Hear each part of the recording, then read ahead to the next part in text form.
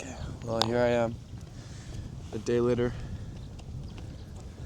picking up the camera, like I said I would.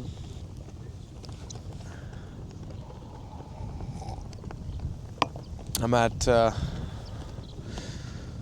my white friend's yacht club. Man, if you could see the scenery here, it's a yacht club. It's called the Royal Canadian Yacht Club, and it's in Toronto. It's on the island, but it's like completely closed off. It's a membership-only place, and they've got a huge plot of land. This huge white building that looks like the White House. The fucking cannons in the front. These people are so fucking rich, like unbelievably rich. And yeah, it's funny. You know, I grew up with my mom was a doctor, right? She's a doctor for about 15 years of my life, 14 years of my life. But we grew up like we were fucking poor. Like, we had money. You know, we didn't have a struggle to get what we want, or, you know, we never were starving. You know, there might have been times where there wasn't the right food available, or, you know, there wasn't all the best choices, but food was always there. My mom always made sure we were taken care of. We had a roof over our head. But our fucking living situation was fucked. I used to move every year as a kid. Never stayed in one place. Used to move schools practically every year. Never developed friendships. And I grew up without a father, pretty much. You know, the first 8 years of my life, I didn't have...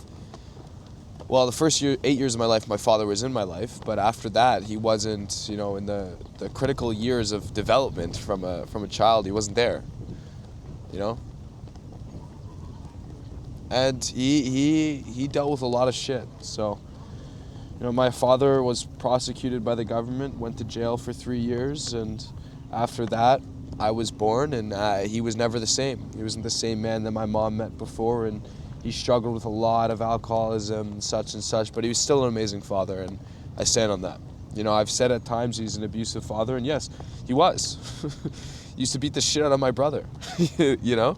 And he used to yell at us and fucking all of this shit. But if we were in a different culture, it wouldn't have been seen like that. Only because we're in a Western culture, it was seen as horrible. I mean, it's still not a great thing, but I don't hold any negative emotions towards him as a man. You know, I've said time and time again, in life, you have to be completely and utterly grateful for everything that has ever happened to you. If your arm got blown off, if your mom got a fucking... Stop using that analogy. If your arm got blown off, if your father got hit by a car, if your girlfriend cheated on you, you gotta be grateful for literally every single fucking thing in your life, because there is no point, zero benefit in not. What, are you gonna sit there and victimize yourself, allow yourself to feel better from something negative, quote unquote, that happened to you? The only thing that you like about it, you know, it's like when I sat here and I said I have an abusive father. Because I say I'm grateful that I had a father like this before I say that, you don't feel bad for me. There's no victimization there. I'm not a victim because I'm grateful for it. And so I'm not getting that same emotional support that one would get when saying what they've been through to another. But that's a power. When you can no longer be a victim because you are grateful, and you realize that if you love who you are today, you have to be grateful for literally every single thing that has ever happened to your entire life. Gives you power, because you can no longer be a victim. And I really, you know, just like I sit here and I talk about emotions all the time and tell people to shift their perspectives on emotions, that alone, that perspective on gratefulness has brought me so far in life. You know, I've lived around victimization my entire life, growing up in a household full of dog shit, fucking rotten food everywhere. My mom wasn't around, no father, abusive father according to society. And I was told as a young man that I was meant to victimize myself, sit there and believe that I was a victim to all these things I had no control of. But when I realized and I grew up and I said, no, I love who I am today and I have confidence in who I am.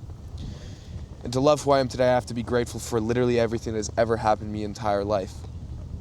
And it made sense. If I love the way I articulate myself, if I love the way I walk, if one thing changed when I was a child, I'd be a completely different man. So I have to be grateful my father was abusive. I had to be grateful that I grew up in those living situations, because that made me who I am.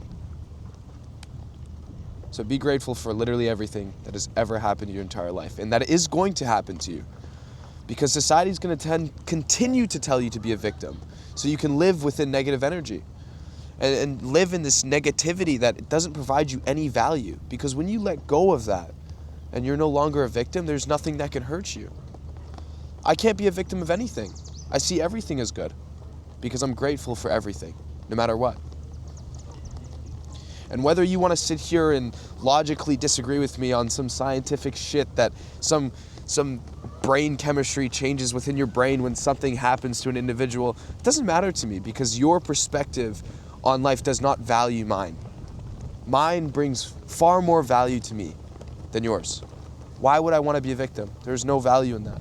It doesn't give me power. It doesn't make me stronger. It doesn't help me articulate myself. It doesn't help me pursue my dreams. But being grateful for everything that has ever happened to me means I hold no hate within my heart. What good does it do to sit here and say I hate my father because he left? It doesn't. And now, as a grown man, I'm able to sit here and have conversations with my father, and that not be a barrier. I don't hold resentment towards anyone, anything. You know, my partner left me. My partner of a year and a half left me because she wanted to find herself. And I don't hold any hatred towards that. I don't. It doesn't bother me. I'm grateful that she left.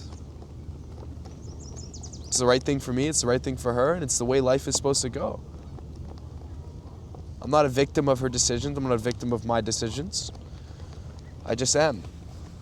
I just am. So understand that society wants you to be a victim. They do not want you to have control. They do not want you to live in positivity. And be grateful for absolutely everything that has ever happened to you in your entire life.